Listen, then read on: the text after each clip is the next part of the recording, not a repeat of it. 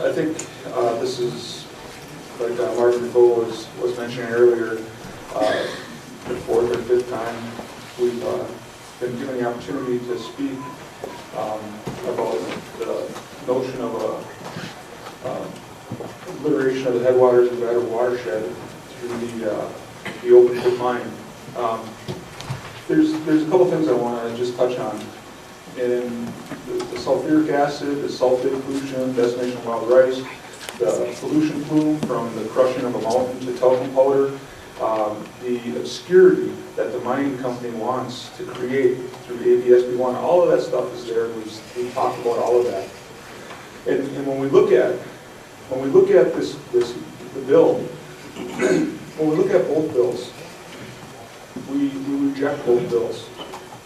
We stand in opposition to both bills because we stand in opposition to the obliteration of the headwaters of the Bedford watershed. And the whole, I guess you'd say, phenomenon of mining is really analogous to watching somebody play the lottery. They play the lottery, they buy that lottery ticket, and then they spend all their time and energy and all their current money in their wallet on how they're going to spend that money. And what do? We look at a person like that as foolish. But that's the lure of that promise of money that GTAC has done to the state of Wisconsin. Everybody in here that wants that so badly is spending money that they do not have. Money that they do not have, but been promised to them if you shorten these timelines, if you don't make us talk about these things, if you take away the rights of citizens to come at us. You remove that thing that says will not harm and make it is not likely, because we got the money and the science to say and try and argue that point that it's not likely to harm. All of this stuff is false premises. The other thing is, I shared with some of you last night, all this is also based on the notion of mitigation, or that false premise that we can replace things. In Ojibwe worldview, everything has a spirit. Rocks, plants, animals. And it sounds crazy at first, maybe for those that don't see that worldview through that way. But then we watch Christians and other religions around us honor that passing of life and that notion of a soul going on to the other side. There's no difference in the way that kind of is looked at through an Ojibwe worldview as it pertains to plants, animals, water, rocks. We look at that spirit, right? So I shared last night, mitigation. You take the Bad River watershed, the headwaters of the Bad River watershed, and you obliterate them, and that spirit rises up into the air. And GTAC and everybody else want us to believe that that spirit in the air can be brought over here. And if we create something over here, that spirit's going to find a place to be replaced. But Ojibwe look and acknowledge that spirit, that death that's in the air, that destruction, that violence that's in the air, right? And then we look at that place you're thinking about trying to replace our waters with. And guess what? That place has a spirit. That place has a spirit. Now, what may make it seem logical, as though the spirit of the Penokees is going to drop down and magically reappear, and the state of Wisconsin is going to be even, is the fact that the place you're eyeballing has already been so devastated and killed and crushed that the spirit of that place is already in the sky too. And so you have all that up there, and we're trying to fool ourselves as though this pristine, beautiful area that was recognized by Wisconsin forefathers as being an area of natural resource interest, special natural resource interest, a place that was so important and critical, it could not be replaced. We want to fool ourselves with this false premise of mitigation. But it goes beyond that, because mitigation and its false premise and this whole, I guess, abnormal notion of replacement is also alive and well in some of the testimony you hear from other townships. We understand, and the bill says, there's going to be harmful impacts. They're deemed to be necessary to replace the vitality and maybe these notions of growth and progress in other communities. So one community is going to rise up, right? But one community, namely our home, the Bad River Sovereign Nation, is set to be decimated by this. Our waterways, our aquifers, our air, all these things. We're trying to tell you that. We've been telling you over and over, this is going to harm us. And it's in your bill. It's in the bill. ABSB 1, that shows that. The mining company needs that in there. We need to be able to hurt you, not significantly. But if I ask these guys right here, how much is several? How many answers am I going to get? If I ask, what does the word significantly mean? How many answers am I going to get? The fact is, mitigation and that false premise when you look at it from a wetland perspective is the same false premise when you start looking at trying to grow communities. You can't kill our community and send the spirit of our water and everything up into the air and think that Wisconsin's going to be even because over here some other place might be growing.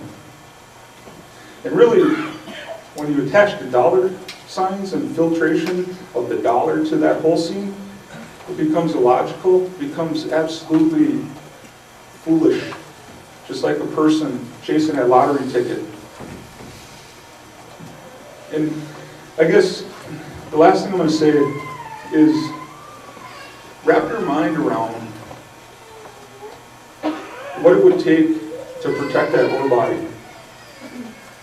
What it would take to preserve that ore body, preserve those mountains, preserve Copper Falls State Park, the pristine quality of our waters, 40% of the wetlands of Lake Superior for future generations.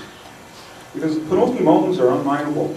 They're unminable because of their proximity and the environmental carnage that comes with ripping that place apart to a sovereign nation. So I just wanted to say that much. Thank you very much. Thanks, Mike. Good to see you again. I'm under the opinion that I think the only jobs that will be created from Senate Bill 1 or Assembly Bill 1 will actually be in the legal community, which when you're a lawyer is a good thing.